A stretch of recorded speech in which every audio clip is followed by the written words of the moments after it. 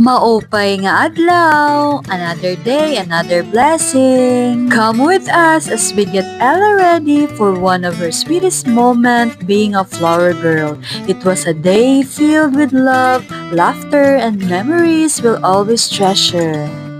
Get ready with Ella! Si Ella naman ang maglalaro ng ganda-gandahan today dahil isa siya sa mga napiling maging flower girl sa isang napakagandang wedding. Inuna na natin ang hair niya. Simple lang pero super bagay sa kanya. Tapos mabilis ang makeup lang, eyeshadow, blush, at syempre mascara. Grabe, ang haba na talaga ng pilik mata ng batang to. Kaunting enhance lang gamit ang JMCY mascara. Kampante akong gamitin ito kahit sa bata dahil hindi siya nag-smudge kahit pagpawisan. Kaya fresh pa rin ang mata hanggang matapos ang event. Blush on at ayan na, ang cute-cute na niya. Kaso pagdating sa lipstick, Mommy, I feel uncomfortable. Ayun, biglang sumimangot pero isang smile lang, napakaganda na ulit ng flower girl natin. Super ganda rin ng blue motif nila, ang linis at ang relaxing sa mata. Pagdating namin sa simbahan, nagsimula na agad ang ceremony. Here comes the girl, Jeyo, na nakilala ko pa noong magkasama kaming nagtrabaho sa TCH. Siya at si Tintin ay parehong nurse at nakakatuwang makita kung gaano kalayo na ang narating nila. Ngayon, si Gio ay nasa med school na at soon to be MD. Nakakatuwang masaksihan ang panibagong chapter ng buhay nila.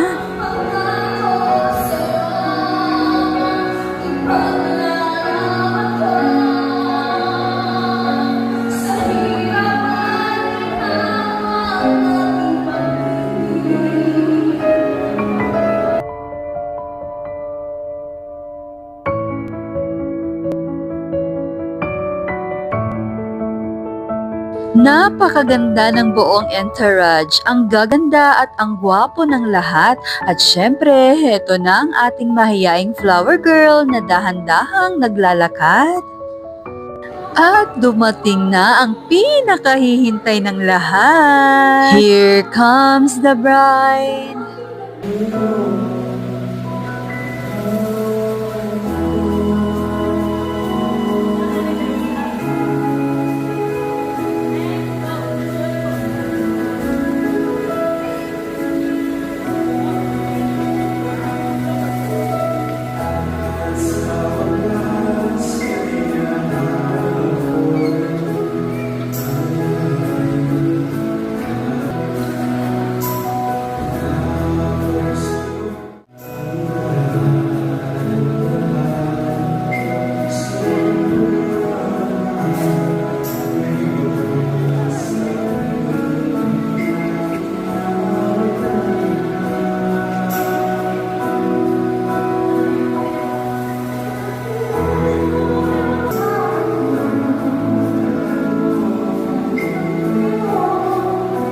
Napakaganda ni Tintin. Pagkabukas pa lang ng pinto ng simbahan, halos lahat ay naging emotional.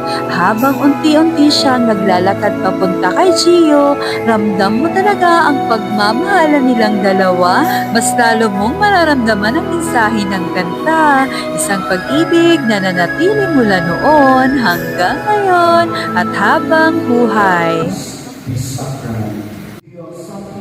As her lawful husband. Yes, I do.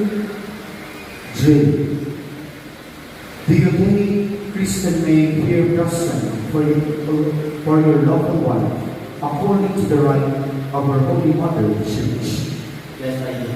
Hanggang sa narinig na ang pinakahihintay ng lahat. You may now kiss the bride.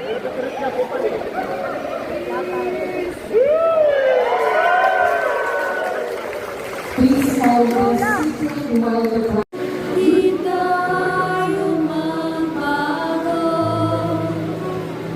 Palakpakan, hiyawan at mga ngiting hindi maalis sa labi ng lahat. Napaka-intimate ng seremonya. Ramdam mong lahat ng naroon ay tunay na masaya para sa kanilang dalawa.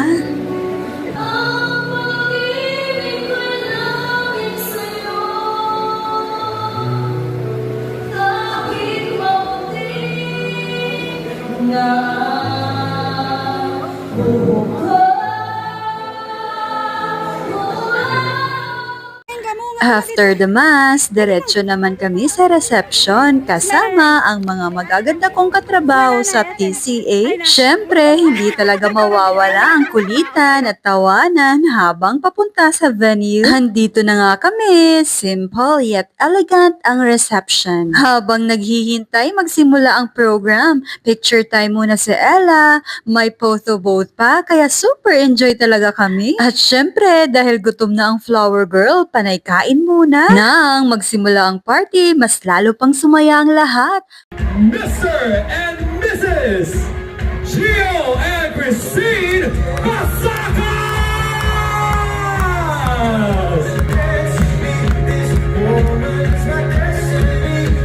Napaka-sweet ng first dance nila. Magmo-moment sana ako habang nagbi-video. Kaso may isang maliit na boses na paulit-ulit, Mami, Mami, Mami!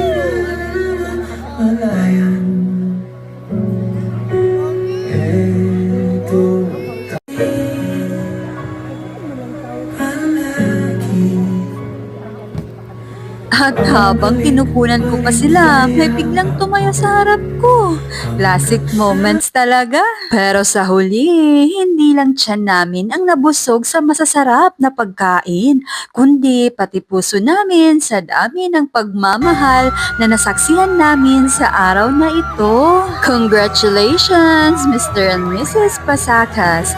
Wishing you both a lifetime filled with love, laughter, and God's abundant blessings. O paano, hanggang dito na lang po muna tayo. Kung nagustuhan nyo ang video nating ito, huwag kalimutang ngumiti. At kung bago pa lang kayo dito sa ating mini vlog, welcome po kayo sa ating munting pamilya. Maraming salamat sa inyong walang sawang suporta. See you again on A Day in My Life vlog. Bye!